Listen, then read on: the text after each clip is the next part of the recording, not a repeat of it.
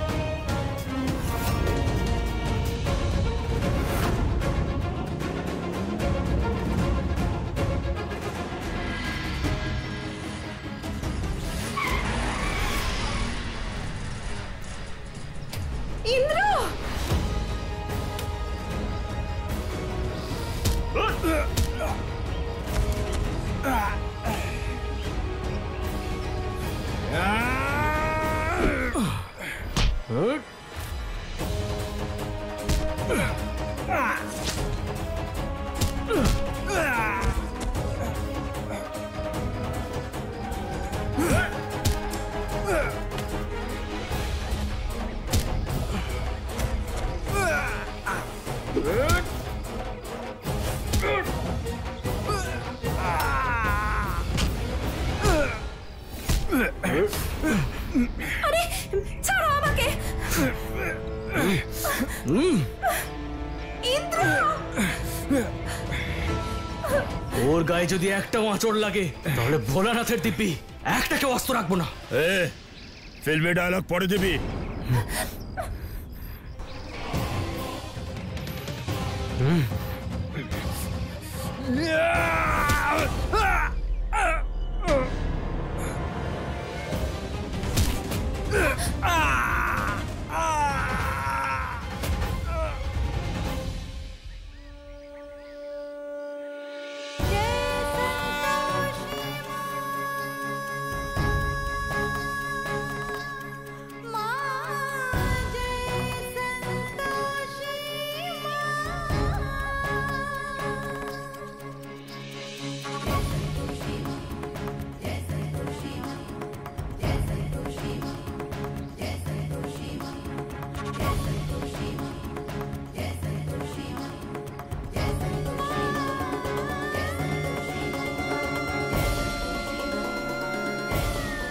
এই যে ও দিদি, সাইড হয়ে যান, নইলে আপনাকে শেষ করে দেবো, বুঝেছেন? ছেড়ে দাও ওকে। আপনার নিজের প্রাণের মায়া নেই নাকি? কিন্তু ওর প্রতি মায়া আছে। নারায়ণ নারায়ণ। মূর্খ অজ্ঞানী মানুষ মা সন্তোষীকে জিজ্ঞাসা করছে তার প্রাণের মায়া আছে কিনা। কিন্তু একজন মায়ের প্রাণ তো তার ভক্তদের মধ্যে বাস করে। মায়ের হাসি দেখেও কি অধম সেটা বুঝতে পারলো না? নারায়ণ নারায়ণ। এই মহিলা বড্ড বেশি কথা বলছে, সরা এখান থেকে আর মার ওকে।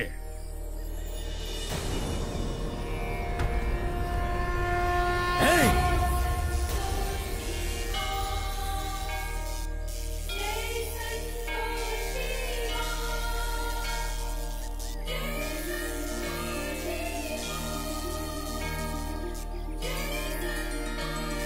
কি হলো, মার না। এই কালু, তোর হলোটা কি? মার ওকে। এ আমার হাত পা কিছু কাজ করছে না।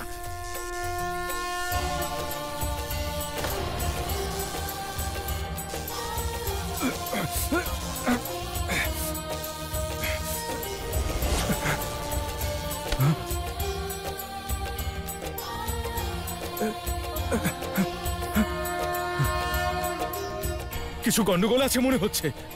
পালা এখান থেকে, এরা জাদু করতে জানে মনে হয়। চল পালা এখান থেকে। পালা, চল।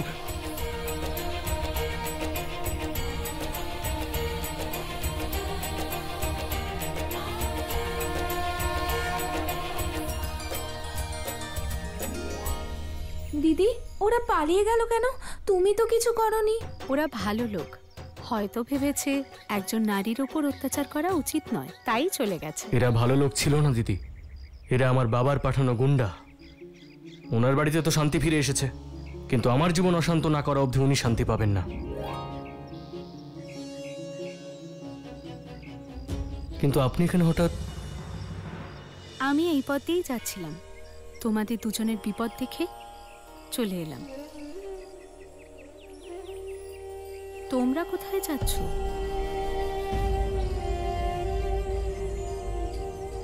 ভালোবাসার পরীক্ষা দিতে।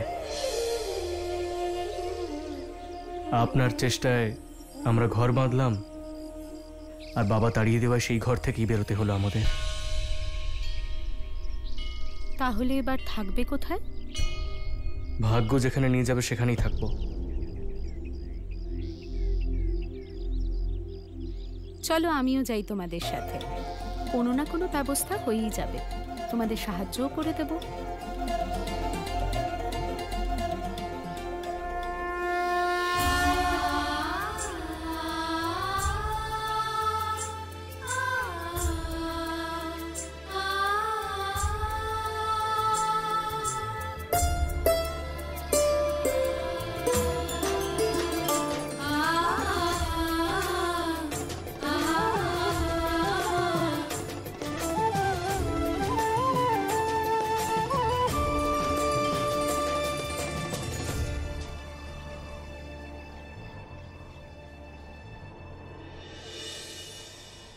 দেবী, এ দৃশ্য দেখে আপনার মনে কোনো ভাবনা আসছে?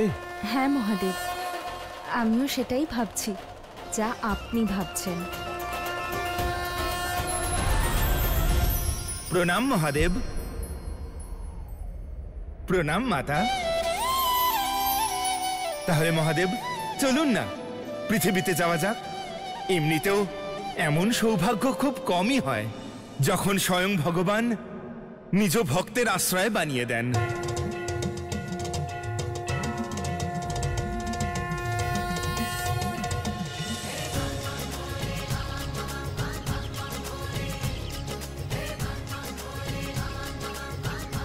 শুনছেন দাদা? দাদা কি করছেন? ছেড়ে দিন, আমি করে নিচ্ছি।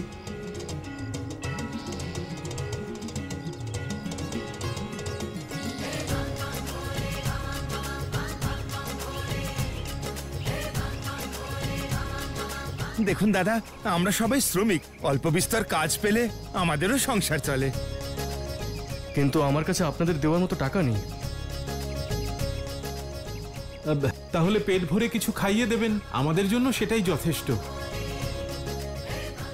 অদ্ভুত ব্যাপার তো, আমি বলছি আপনাদের সাহায্যের প্রয়োজন নেই, তবু আপনারা জেদ করে যাচ্ছেন। দেবী সন্তোষী দাঁড়ান, আমরা দেখতে চাই যে আপনার ভক্তের মনে আপনার গুণ অর্থাৎ ভালোবাসা, দয়া আর সন্তোষ আছে কিনা। আর দেখুন দাদা, রাগ করছেন কেন? আমরা তো শুধু খেতে চেয়েছি, সেটুকু তো আপনি পারেন। কিন্তু আমি বলছি তো যে আমার ইন্দ্র, কোনো ক্ষুধার্তকে এভাবে ফেরাতে নেই। হ্যাঁ, আপনাদের ভোজন আমরা করাবো।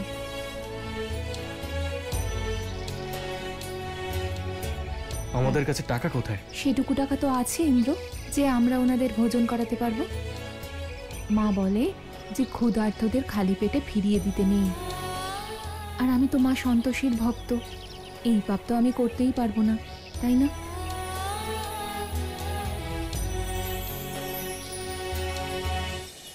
তাহলে কাজ সম্পূর্ণ হওয়ার পর খাবার পাবো তো? হ্যাঁ। পেট ভরে খাওয়াবেন তো? হ্যাঁ, অবশ্যই পাবেন, নিশ্চিন্ত থাকুন। তাহলে আমরা কাজ শুরু করে দিচ্ছি। হ্যাঁ, নিশ্চয়ই নিশ্চয়ই। আপনি কি এত ভাবছেন? আপনার কি মনে হচ্ছে আমরা কাজ করতে পারবো না? না না, তা নয়। আসুন, আমি আপনাদের কাজটা বুঝিয়ে দিই। রঙ্গিনী, ব্রতের শক্তি দেখেছো? স্বয়ং মহাদেব, দেবী পার্বতী, দেবী সন্তোষী আর দেবর্ষি নারদ দেবী সন্তোষীর ভক্তের গৃহ নির্মাণ করতে গেছেন। হ্যাঁ, আর এইসব শোনার পরে কে দেবী পৌলমীর ভক্ত হতে চাইবে? এবার তো সবাই দেবী সন্তোষীরই ব্রত করবে।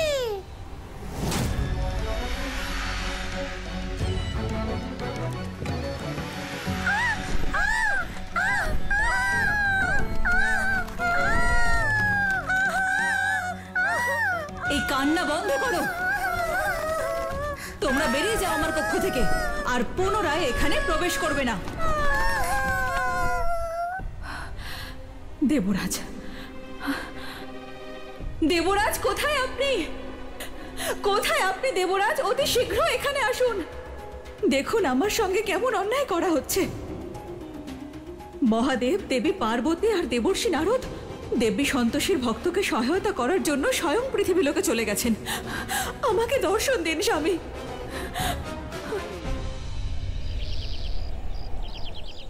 কি হলো, এখনো কাজ সম্পূর্ণ হয়নি? এই তো শেষ বাঁধন দিচ্ছি, শরীরে আর শক্তি নেই, তাই বাঁধন দিতে দেরি হচ্ছে।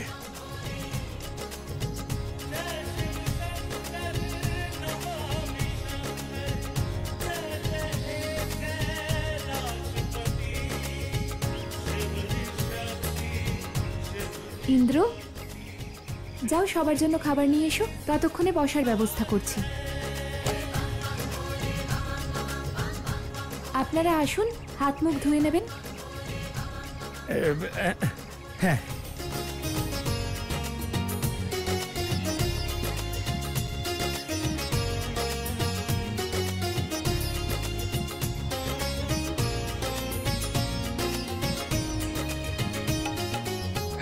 এই নাও সতী।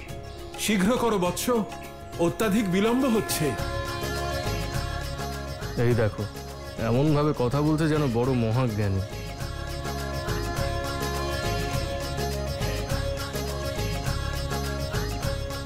মহারাজ, অস্থির হবেন না, ধৈর্য ধরুন। আমার স্ত্রী খাবারের বন্দোবস্ত করছে।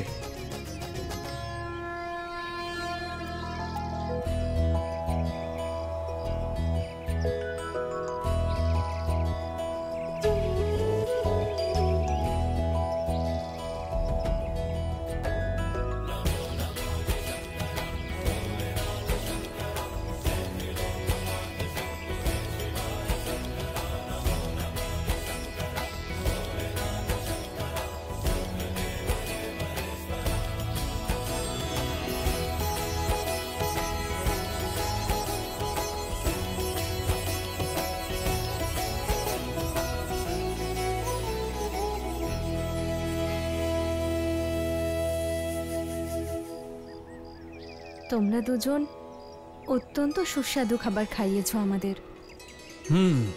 খাবার সত্যিই সুস্বাদু, কিন্তু আমার খিদে এখনো মেটেনি।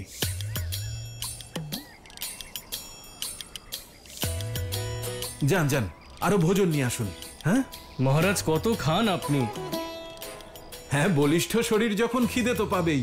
দেখুন, আমি পেট ভরে না খেয়ে কিন্তু এখান থেকে উঠছি না। আপনি আমাকে কথা দিয়েছিলেন পেট ভরে ভোজন করাবেন। ইন্দ্র, গিয়ে ওনার জন্য আরো খাবার নিয়ে এসো।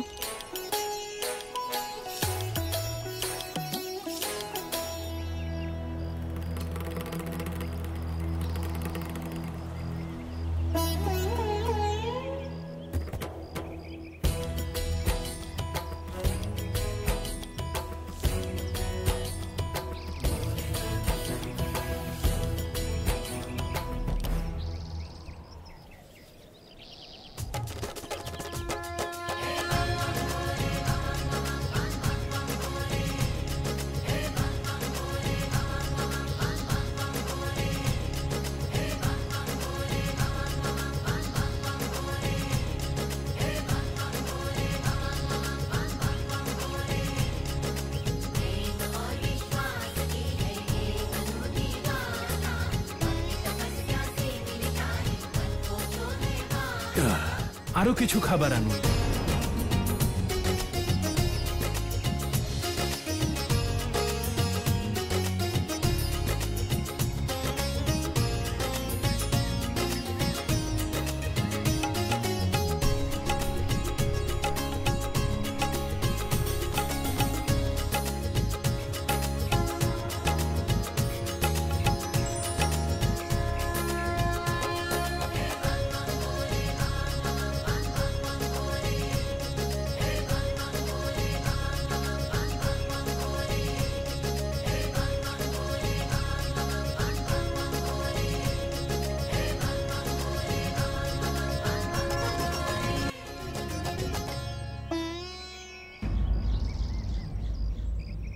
আরো খাবার আনুন।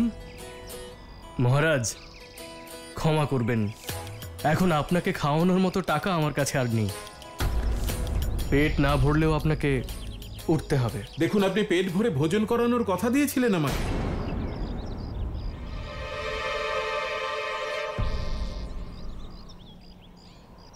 মহাদেব কেন অবোধ ভক্তদের পরীক্ষা নিচ্ছেন? সন্তোষী, ধৈর্য ধরো।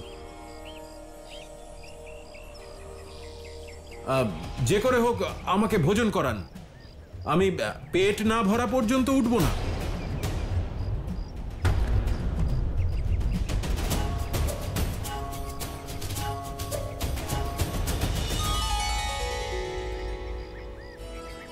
মহাদেব কেন অবোধ ভক্তদের ব্যাকুল করছেন?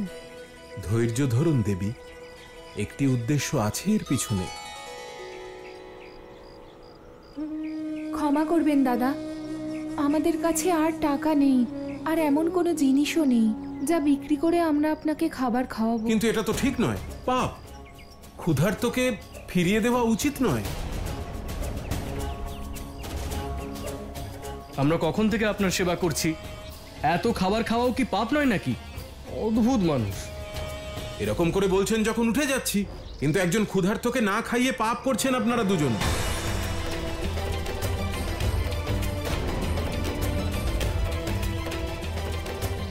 না, দাঁড়ান, আমি আপনাকে খাবার খাওয়াবো। সাথী, তোমার মাথাটা কি খারাপ হলো? আমাদের কাছে টাকা কোথায়? কিভাবে খাওয়াবো ওনাকে?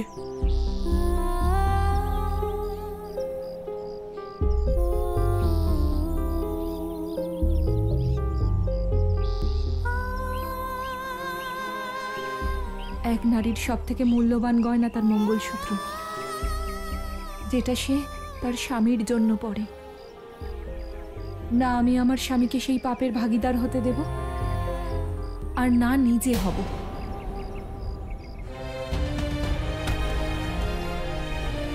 ইন্দ্র, এই মঙ্গলসূত্র বিক্রি করে যে টাকা পাবে সেটা দিয়ে খাবার নিয়ে এসো।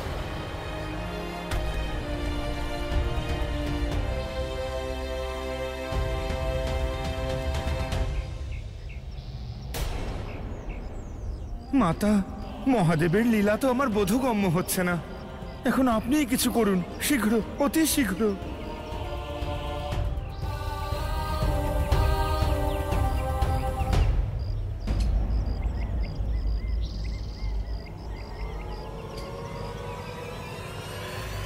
দাঁড়াও বোন,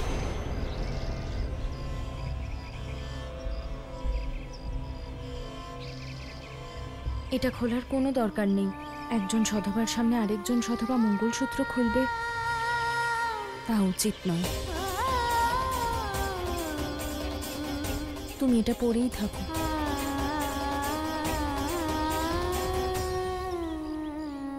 উঠুন। কিন্তু আমার ভোজন সম্পূর্ণ হয়নি। আমি বলেছি উঠুন। কিন্তু ভোজন, উঠুন, চলুন। আরে কিন্তু ভোজন এত সুস্বাদু। চলুন। দেখুন, এরকম ভোজন কোথায় পাবো? আর অবশিষ্ট ভোজন আপনি ঘরে ফিরে গিয়ে করবেন। ওনারা তো কথা দিয়েছিলেন পেট ভরে ভোজন করাবেন। কিন্তু ওদের কাছে টাকা নেই। আর সাথে তুমি সত্যিই পারো বটে। এখন আমরা কি খাবো তার নেই ঠিক, আর তুমি এখন সবাইকে খাওয়াচ্ছ। কালকের জন্য টাকা পয়সা নেই, এবার কিভাবে করব গৃহপ্রবেশ? ইন্দ্র,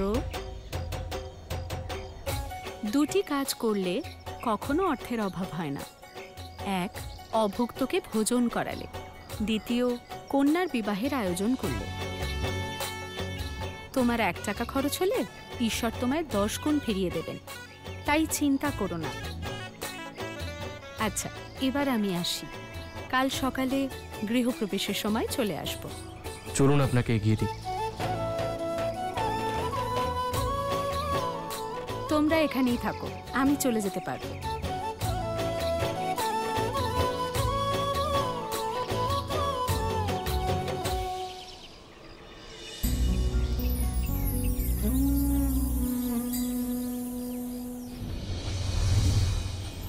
মহাদেব, আমি আপনার উপর অত্যন্ত রুষ্ট। আপনি জেদের বসে এমন পরিস্থিতি তৈরি করলেন যে একজন সধবাকে মঙ্গলসূত্র খুলে ফেলতে হচ্ছিল। এ কোনো অবস্থাতেই গ্রহণযোগ্য নয়। দেবী, আপনার সম্পূর্ণ অধিকার আছে রুষ্ট হওয়ার, কিন্তু বিশ্বাস করুন, এ আমি দেবী সন্তোষীর ভক্তের ভবিষ্যতের কথা ভেবেই করেছি। যদি কখনো এমন সময় আসে যখন দেবী সন্তোষী তার ভক্তকে সহায়তা করতে অসমর্থ হয়ে পড়েন, তখন সাতী আর ইন্দ্রের করা এই পুণ্যের ফলেই আমরা ওদের দুজনকে সহায়তা করার সুযোগ পাব। এটাই আমার উদ্দেশ্য ছিল।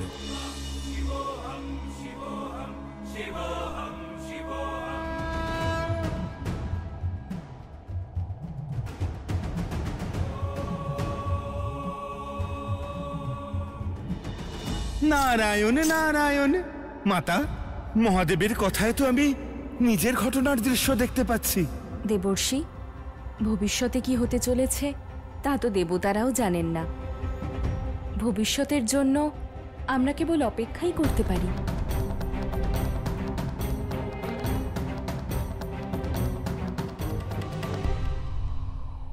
কিন্তু দেবী পৌলমী, উনি এখন কোথায়, কি করছেন? এটা তো আমাকে জানতেই হবে।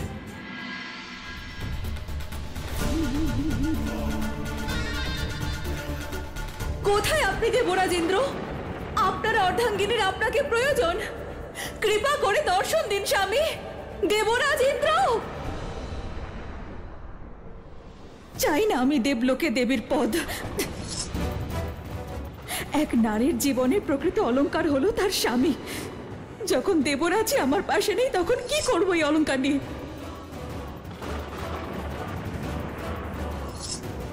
দেবরাজ ইন্দ্র, কোথায় আপনি? স্বামী প্রকট হন।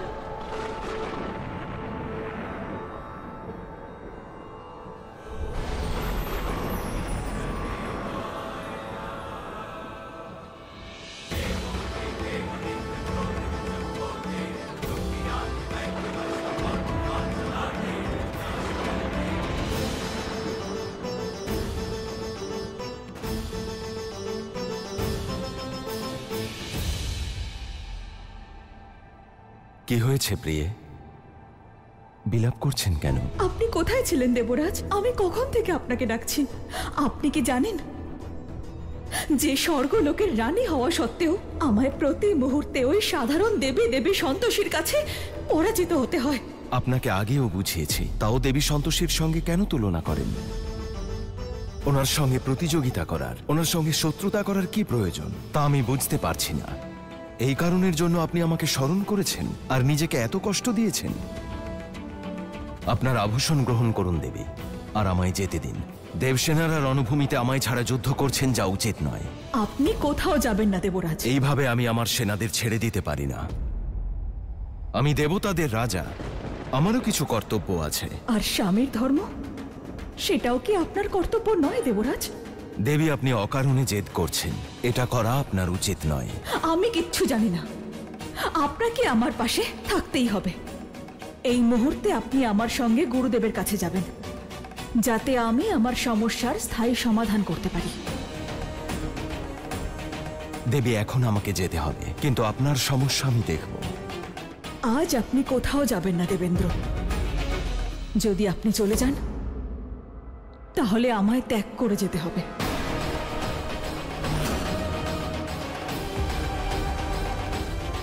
আপনি আমায় খুব ভালো করেই চেনেন দেবেন্দ্র।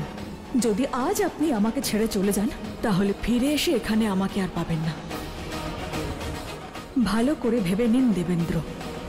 দেবী, আপনার এই জেদ আমাকে বাধ্য করছে। চলুন চলুন গুরুদেবের কাছে।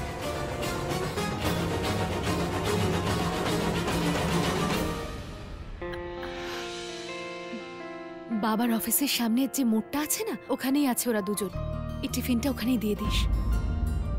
সাথীর পছন্দের তরকারি বানিয়েছি, ভালো করে খাইয়ে আসিস। আর একটা কথা, ওদেরকে বলিস যেন এখানেই চলে আসে। আমি তো একবার বলে এসেছি, তুই যদি বলিস হয়তো তোর কথা শুনবে। মা, সত্যি বলতে কি, এইসব নাটক না আমার একদম ভাল লাগে না। দিদি জামাইবাবু দুজনেরই বাড়ি আছে, কিন্তু না, ওরা বাইরে থাকবে। আচ্ছা, কি দরকার ছিল এত মহান হওয়ার? ওরা এখানে এসেই থাকতে পারতো। ওখানে ওরা দুজন ভালো নেই, আর ওদের জন্য এখানে আমরা ভালো নেই। শোন বাবা, এখানে আমরা কি অসুবিধার মধ্যে আছি সেটা যেন সাথী আর জামাই বাবা জীবন কোনো মতেই জানতে না পারে। আর এখানে যা চলছে তা কিন্তু নাটক নয় রে বাবা। তোর যখন আরেকটু বয়স হবে তখন বুঝতে পারবি যে বিয়ে হয়ে যাওয়ার পর একটা মেয়েকে কিভাবে শ্বশুরবাড়ি আর বাপের বাড়ির মধ্যে ভারসাম্য বজায় রাখতে হয়। না বাবা, দুটো পরিবারের মন জুগিয়ে চলা অতটাও সহজ কাজ নয়। আর অর্চনা, আমি বলছিলাম যে তুমি এখনই খাবার পাঠিও না। কেন? কারণ সেটাই ওদের সম্পর্কের জন্য ভালো হবে। আর তোমাদের কি মনে হয় আমি ওদের নিয়ে একটুও ভাবি না? ওদের জন্য আমার চিন্তা হয় না? আর আমি জেনে বুঝেই কোনো পদক্ষেপ নিচ্ছি না। তার কারণ হলো, খারাপ সময়ে যখন দুজন দুজনের পাশে থাকবে তখনই সম্পর্কটা মজবুত হবে।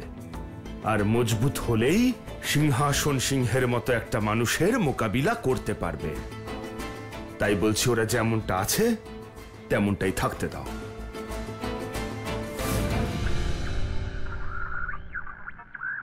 আরে বাবা, দেখ না কত চেষ্টা করছি, তাও আমার পছন্দের গান কিছুতেই আসছে না। আরে কি বলো তো মা তুমি?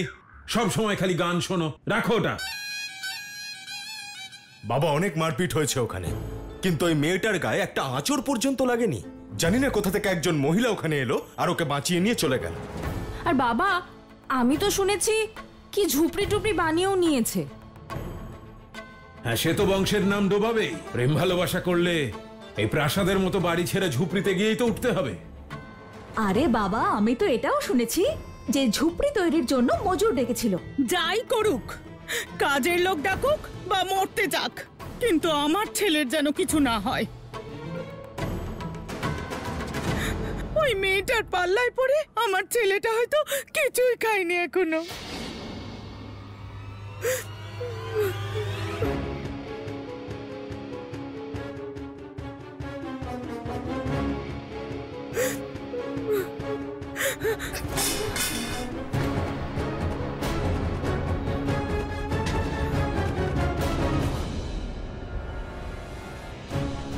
খুব দরদ জাগছে না তোমার ওই কুলাঙ্গারটার জন্য? তাহলে এক কাজ করো, যাও তুমিও গিয়ে উপোস করে বসে থাকো। যাও, আরে যাও ভিতরে, নাকি আমি পৌঁছে দিয়ে আসবো? এই যে বড় বৌমা, কেউ যেন খেতে না দেয় ওকে।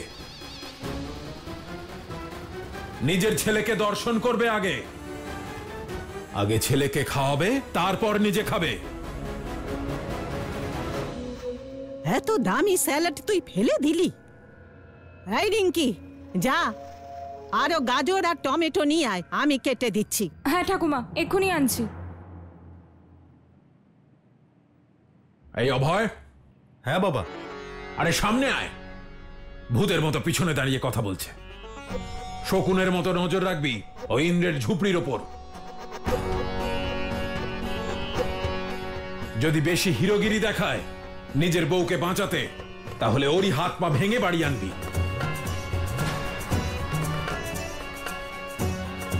ঠিক আছে বাবা।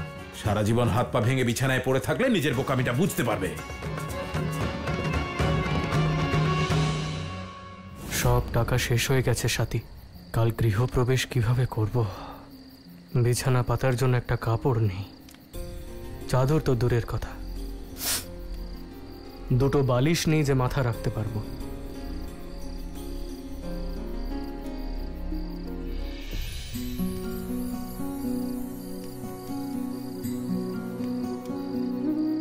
তাতে কি হয়েছে ইন্দ্র? আমরা দুজন তো একে অপরের সঙ্গে আছি। যখনই বালিশের প্রয়োজন হবে, আমরা একে অপরের হাতের ওপর মাথা রেখে ঘুমিয়ে পড়ব। তাই বুঝি? তুমি আমায় এত ভালোবাসো? শুধু আমি কেন, তুমিও তো আমাকে খুবই ভালোবাসো ইন্দ্রবাবু। সত্যি বলতে, অভাব পড়লেই ভালোবাসার পরীক্ষা হয়, আর অভাবে পড়লেই সত্যিকারের ভালোবাসা চেনা যায়। আর যদি তুমি আমার সাথে থাকো, তাহলে সব হয়ে যাবে।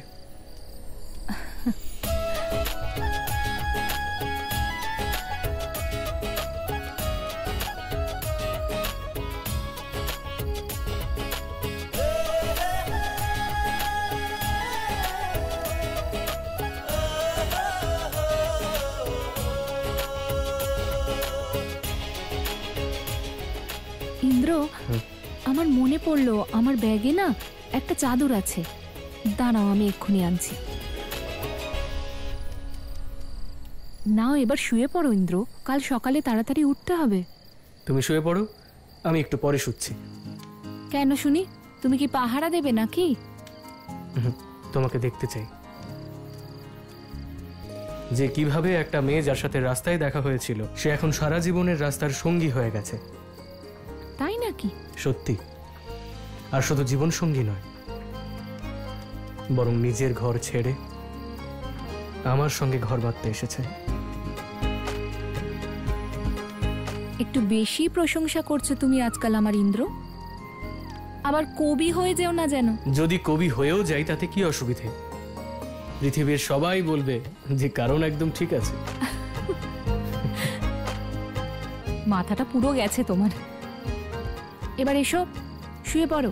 বললাম তো, তুমি ঘুমিয়ে পড়ো। আর আরে আমার তো বালিশের প্রয়োজন, তাড়াতাড়ি এসো। ও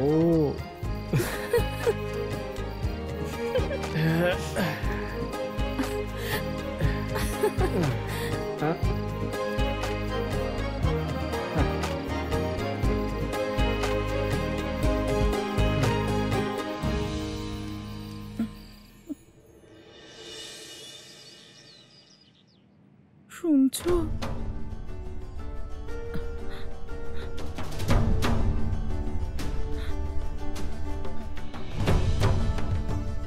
শুনছো? শুনছো? কে কে? বন্দুক কোথায়? বন্দুক কোথায়? বন্দুক? না না না, আমি আমি আমি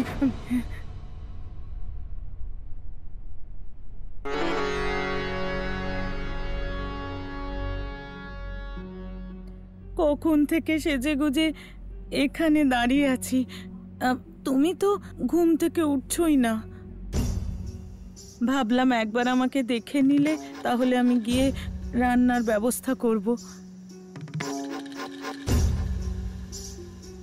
হ্যাঁ, ওই রান্নাটুকুই শুধু করতে পারো তুমি। দৈব শক্তি সব শেষ হয়ে গেছে তোমার, বুঝেছ? যদি থাকতো তাহলে তোমার ছেলে বাড়ি ছেড়ে চলে যেত না। এখন দর্শন দাও বা না দাও, আমার কাছে তুমি একেবারে শূন্য। যাও এখান থেকে, দাঁড়াও তো।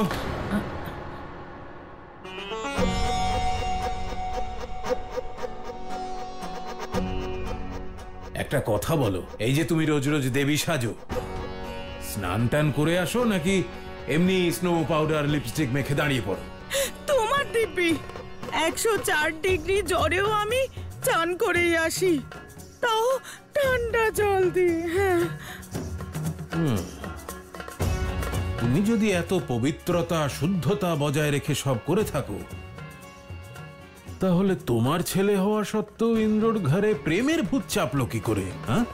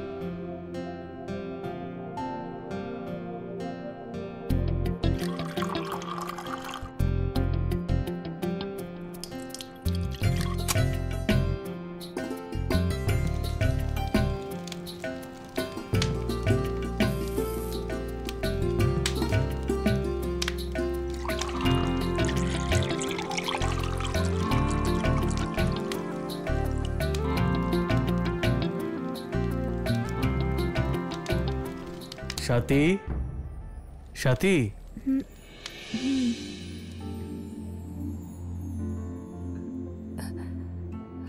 গরম গরম চা আমি খুব ভালো বানাই, খাও না।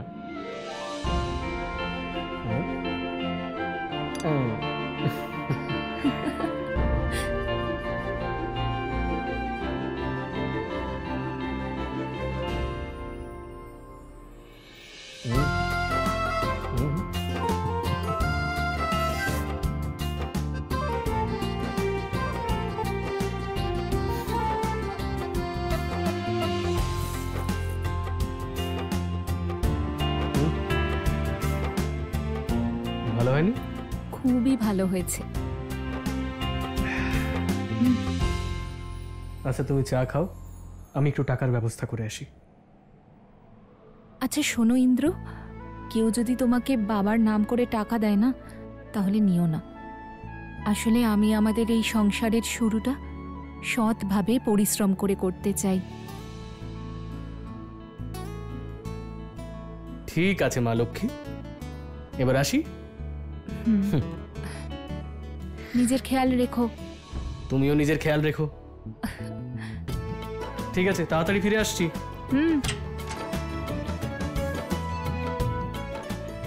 বাই।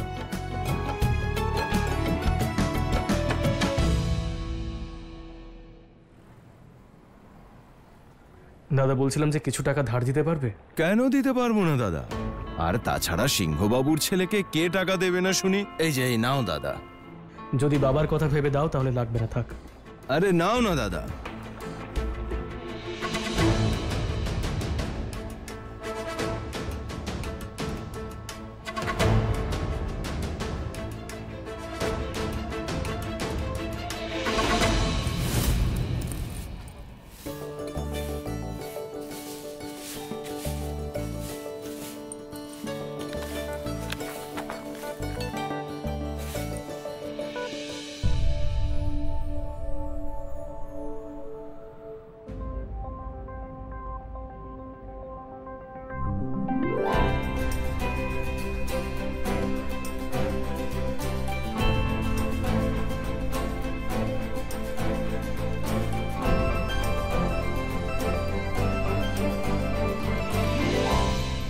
এগুলো তো সোনার টাকা।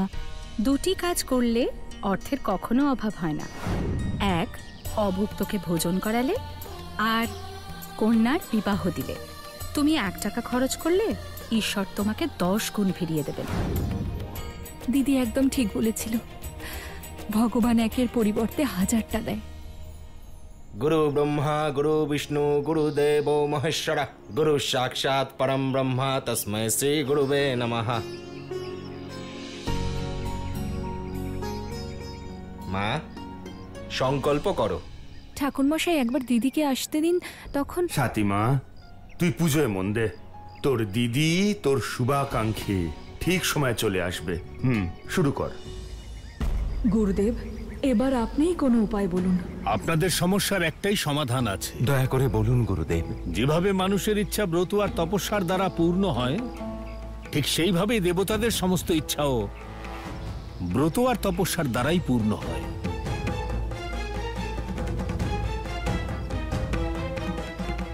যদি তাই হয় তাহলে তপস্যা আর ব্রত আমি দুটোই করব।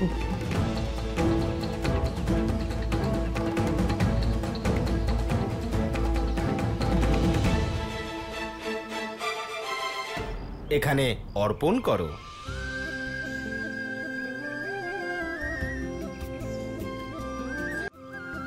এবার এই ঘরটাকে হাতে নিয়ে গৃহে প্রবেশ করো।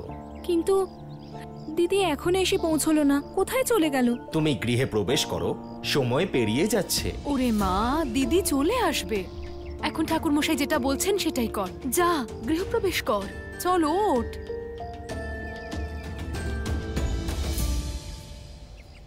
এবার তোমরা দুজন কোনো একজন দেব বা দেবীকে আহ্বান জানাও, আর ওনার কাছে প্রার্থনা করো উনি যেন এই গৃহে চিরকালের জন্য অধিষ্ঠিত হন। আমার কাছে তো সবকিছুই হলেন সন্তোষী মা। ঠিক আছে, সন্তোষী মাকেই আহ্বান জানাও।